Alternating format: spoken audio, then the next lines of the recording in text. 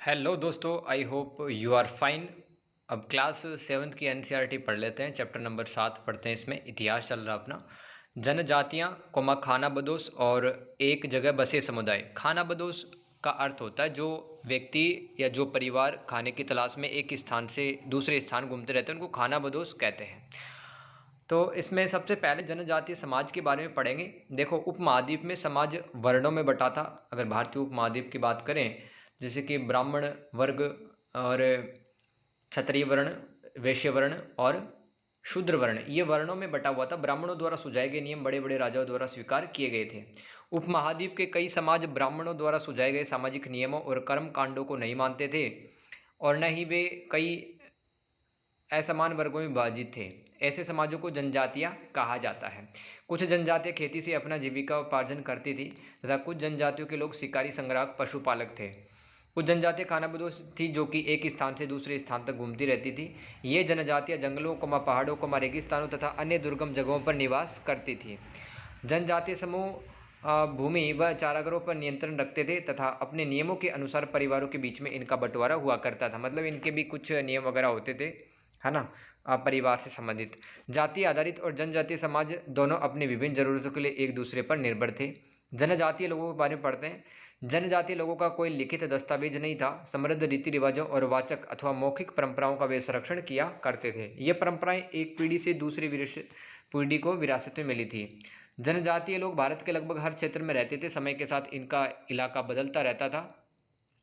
पंजाब में 13वीं-14वीं सदी के दौरान खोखर जनजाति बहुत प्रभावशाली थी। बाद में यहाँ गक्खर लोग ज़्यादा महत्वपूर्ण हो गए। नोट लगा के लिखे, उनके मुखिया कमाल खान गक्खर को बादशाह अकबर ने मनसबदार बनाया था। मनसबदार का मतलब होता है कि भाई एक व्यक्ति को एक दरबार में रैंक दे देना, ठीक है, और एक प्रतिष्ठा से जुड़ा हुआ शब्द था मनसबदार। अब कुछ क्षेत्र की जनजातियों के नाम देख लेते हैं, जैसे कि पंजाब में अभी बताया खोखर और गक्खर जनजाति, सिंध और मुल्तान में लंगा अरगून जनजाति, पश्चिम हिमालय में बलोच और उत्तर पूर्व में गड्डी और गडरियो। और देखते हैं, जैसे कि बिहार और झारखंड में चेर, मुंडा, संथाल, उड़ीसा बंगाल में मुंडा, संथाल, खोंड, कर्नाटक महाराष्ट्र में कोली, बेराद और गुजरात में कोली। पश्चिम व मध्य भारत में भील, छत्तीसगढ़, मध्य प्रदेश, महाराष्ट्र, आंध्र प्रदेश में गोंड, दक्षिण भारत में कोराल, वेतर, मारवाड़। नोट लगा के पॉइंट लिखेंगे। बलोच जनजाति अलग अलग मुखियों वाले कई छोटे छोटे कुलों में बटे हुए थे। कुल मतलब परिवार। नोट लगा के लिखें। बादशाह अकबर के सेनापति राजा मान सिंह ने 1591 ईस्वी में चेर जनजाति जो कि बिहार झारखंड पे रहती थी पे हमला किया था। वह उन्हें हराया, परंतु पूरी तरह से अधीन नहीं बना पाए। किसके टाइम पर? बादशाह अकबर के टाइम पर सेनापति थे राजा मान सिंह। औरंगजेब के समय में मुगल सेनाओं ने चेर जनजाति को अपने अधीनस्थ बना लिया था। अधीनस्थ मतलब कंट्रोल में।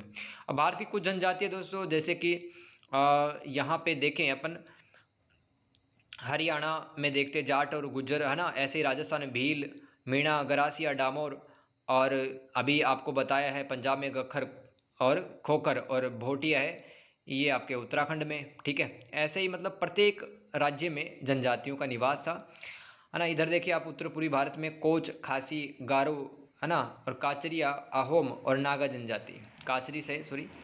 ऐसे ही दोस्तों अगर मध्य भारत की बात करें तो गोंड, मिहाल, बिरहोर और कोली, जाटवास, भील, ये गुजरात वाली जनजातियाँ।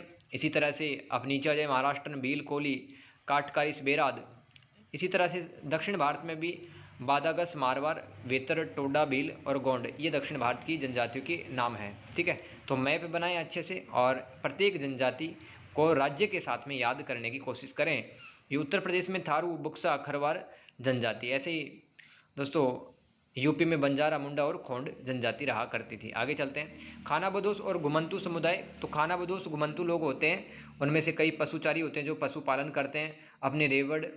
अब पशुओं के साथ में एक इस चारागाह से दूसरे चारागाह तक घूमते रहते हैं। उनका जीवन दूध और अन्य पशुचारी उत्पादों पर निर्भर था। वे खेती और गृहस्थों से अनाज, कपड़े, बर्तन और ऐसा ही चीज़ों के लिए ऊन, घी का विनिमय करते थे। मतलब किसी परिवार को उन्होंने ऊन और घी दे दिया और बदले में अनाज, कपड़े, बर्तन ले लिया करते थे खाना बदोश समुदाय। तो खाना बदोश अपने जानवरों पर सामानों की ढुलाई का काम भी करते थे, वह सामानों की खरीद विक्रय का भी काम करते थे। बंजारा लोग सबसे महत्वपूर्ण व्यापारी खाना बदोश थे। उनका कारवा टांडा कहलाता था। कारवा मतलब झुंड। अलाउद्दीन खिलजी नगरों के बाजारों तक अनाजों की ढुलाई के लिए बंजारों का इस्तेमाल करता था। कौन? अलाउद्दीन खिलजी। सैन्य अभियानों के दौरान वे मुगल सेना के लिए खाद्यान्नों की ढुलाई का काम करते थे। कई पशुचारी जनजातियां मवेशी घोड़ों जैसे जानवरों को पालने का काम करती थी तथा संपन्न लोगों को बेच देते थे। फेरी वालों की विभिन्न जातियां माल बेचने के लिए एक गांव से दूसरे गांव भ्रमण करती थी। बदलता समाज जातियां और श्रेणियां पढ़ लेते हैं। वर्णों के भीतर छोटी छोटी जातियां उभरने लगी जिन्हें श्रेणियां कहा जाता है। जैसे कि ब्राह्मणों के बीच नई जातियां सामने आई थी हैं। कई जनजातियों व सामाजिक समूह को जाति विभाजित समाज में शामिल कर उन्हें जातियों का दर्जा दिया गया। सुनार, लोहार, बढ़ई, राजमिस्त्रियों को ब्राह्मणों द्वारा जातियों के रूप में मान्यता दी गई थी। 11वीं और 12वीं सदी तक राजपूतों की शक्ति में बढ़ोतरी हुई। हूण, चंदेल, चालुक्य व कुछ अन्य दूसरी वंश परंपराओं से आते थे। इनमें से कुछ जनजातियों में आते थे और बाद में कई कुल राजपूत मान लिए गए तथा वे शासक वर्ग में शामिल हो गए। गोंड जनजाति पढ़ लेते हैं। गोंड लोग गोंडवाना नामक विशाल वन प्रदेश में रहते थे। वे स्थानांतरित कृषि करते थे, यानी कि किसी पहाड़ पर अगर जंगल लगे हुए उन जंगलों को जला दिया करते थे और फिर वहाँ पे फसल किया करते थे। फसल कटने के बाद में दूसरे पहाड़ पर चले जाते थे। ऐसी कृषि स्थानांतरित कृषि अथवा शिफ्टिंग कल्टीवेशन कहलाती है। आगे चलते हैं। किसी वन प्रांत के पेड़ों को झाड़ियों काट कर साफ किया जाता है तथा उन्हें जलाया जाता है, ये स्थानांतरित कृषि है। उसकी राख में ही फसल बो दी जाती है। जब यह जमीन अपनी उर्वरता खो देती है तब जमीन का दूसरा टुकड़ा साफ किया जाता है और इसी तरह से फसलें उगाई जाती है। तो कुल मिला के स्थानांतरित कृषि है दोस्तों पर्यावरण के लिए थोड़ा नुकसानदायक है, ठीक है, फिर भी जनजातियां करती हैं खेती। गौंड जनजाति कई कुलों में बटी है। प्रत्येक कुल का अपना राजा होता था। गढ़ कटंगा देख लेते हैं। तो अकबर नामा में गढ़ कटंगा के गोंड राज्य का वर्णन मिलता है जिसमें 70,000 गांव थे। इन राज्यों की प्रशासनिक व्यवस्था केंद्रीकृत थी। राज्य गढ़ों में विभाजित थे। हर गढ़ किसी गोंड कुल के कंट्रोल में था। ये 84 गांवों की इकाइयों में विभाजित होते थे जिन्हें 84 कहा जाता है। 84 का उपविभाजन बरहोतों में होता था। देखो, गढ़ कटंगा के गोंड राज्य का वर्णन हम पढ़ रहे हैं। तो यहाँ पे राज्यों की प्रशासनिक व्यवस्था केंद्रीकृत थी। राजा के पास में अधिकतम शक्तियाँ हुआ करती थी। राज्य गढ़ों में विभाजित थे, ठीक है, और ये गढ़ 84 गांव में विभाजित थे, ठीक है, और 84 गांव का भी विभाजन बरहोतों में होता था और ये बरहोत 12-12 गांव के समूह होते थे। तो ब्राह्मण लोगों ने गोंड राजाओं से अनुदान में भूमि प्राप्त की तथा अधिक प्रभावशाली बन गए। गोंड सरदारों को अब राजपूतों के रूप में मान्यता प्राप्त करने की चाहत हुई। इसलिए गढ़ कटंगा के गोंड राजा अमनदास ने संग्राम शाह की उपाधि धारण की। तो अमनदास कौन थे? अमनदास के पुत्र दलपत ने दुर्गावती से विवाह किया था और दुर्गावती महोबा के चंदेल वंश के राजपूत राजा सालवाहन की पुत्री थी। दलपत की मृत्यु कम उम्र में हो गई। रानी दुर्गावती ने अपने 5 साल के पुत्र वीर नारायण के नाम पर शासन संभाला। 1565 में आसिफ खान के नेतृत्व में मुगल सेना ने गढ़ कटंगा क्षेत्र पर हमला कर दिया और रानी दुर्गावती की हार और इनकी मृत्यु हो गई। गढ़ कटंगा एक समृद्ध राज्य हुआ करता था। हाथियों को पकड़कर दूसरे राज्यों में निर्यात कर काफ़ी धन कमाए गढ़ कटंगा राज्य ने। मुगलों ने गोंडों को हराया तथा लूट की बेशकीमती सिक्के व हाथी बड़ी मात्रा में हथिया लिए राज्य का एक भाग अपने कब्जे में लिया और शेष चंद्रशाह वीर नारायण का चाचा थे उनको दे दिया। अंत में बुंदेलों तथा मराठों ने उन्हें परास्त किया। अहोम पढ़ लेते हैं। तो अहोम लोग म्यांमार से आकर 13वीं सदी में ब्रह्मपुत्र घाटी में आ बसे। उन्होंने भूस्वामी लोगों की राजनीतिक व्यवस्था का दमन कर नए राज्य की स्थापना की थी। 1523 में चुटियों और 1581 में कोच हाजी के राज्यों को अपने राज्य में मिला लिया था अहोमों ने। तो 1530 के दशक में अहोमों ने आग्नेय अस्त्रों का भी परीक्षण किया, यानी कि बारूद के जो तोप गोले होते हैं उनका प्रयोग किया। 1660 तक वे उच्च स्तरीय बारूद व तोपों का निर्माण करने में सक्षम हो गए। कौन? अहोम। अहोमों को दक्षिण पश्चिम में कई आक्रमणों का सामना करना पड़ा। 1662 में मीर जुमला के नेतृत्व में मुगलों ने अहोम राज्य पर हमला किया। अहोमों की पराजय हुई। अहोम राज्य बेगार पर निर्भर था। पाइक के बारे में पढ़ लेते हैं। राज्य के लिए जिन लोगों से जबरन काम किया जाता था वे पाइक कहलाते थे अहोम राज्य में।